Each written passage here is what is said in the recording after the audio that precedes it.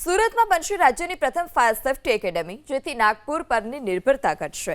સુરત સહિત રાજ્યભરમાં કોઈ ફાયર એકેડેમી નહીં હોવાથી સુરતના લોકોને ફાયર સેફ્ટીના કોર્સ માટે નાગપુર અથવા તો અન્ય રાજ્યોમાં જવાની ફરજ પડતી હતી, પરંતુ સુરતમાં એકેડેમી બની ગયા બાદ સુરતના લોકોને અન્ય જગ્યાએ જવાની જરૂર નહીં પડે, બલકે અન્ય સ્થળો પરથી લોકો સુરતમાં ટ્રેનિંગ અને કોર્સ માટે આવશે। સુરતમાં ઉદ્યોગોનું વિસ્તરણ થતાં ફાયર વિભાગની જવાબદારીમાં ઘણો વધારો થયો છે। સુરત ફાયર વિભાગે આ માટે 8,000 થી 10,000 ચોરस मीटर जगह फाड़वा मांग करी।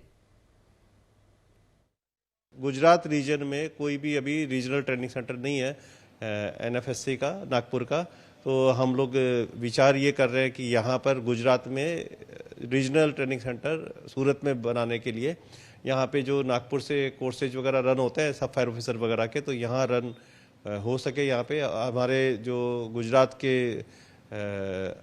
कर्मचारी है उनको वहाँ नहीं जाना पड़े और हमको भी यहाँ पे उनकी मदद मिल सके। कोई मेजर कॉल आए तो वो यहाँ पे अवेलेबल रह सकते हैं और बाहर से फैकल्टी भी बुलाई जाएगी और इंटरनल कोर्स भी यहाँ स्टार्ट करेंगे। उसमें कोर्स जो है ट्रेनिंग तो हमेशा फ़ायदा ही मिलता है ट्रेनिंग का। जो हमारे पास इक्विपमेंट है उनको किस तरह से यूज करना है, फायर की गाड़ियाँ जो है उसको किस तरह से यूज करना है, मेजर कॉल में ब्रीदिंग ऑपरेटर सेट किस तरह से पहनना है, या बड़ा कोई कॉल आता है तो किस तरह इकट्ठा होना है, किस तरह से कम्युनिकेशन करना है, ये सब चीज़ें सिखाई जाएगी और उससे बहुत बड़ा फ़ायदा मिलेगा।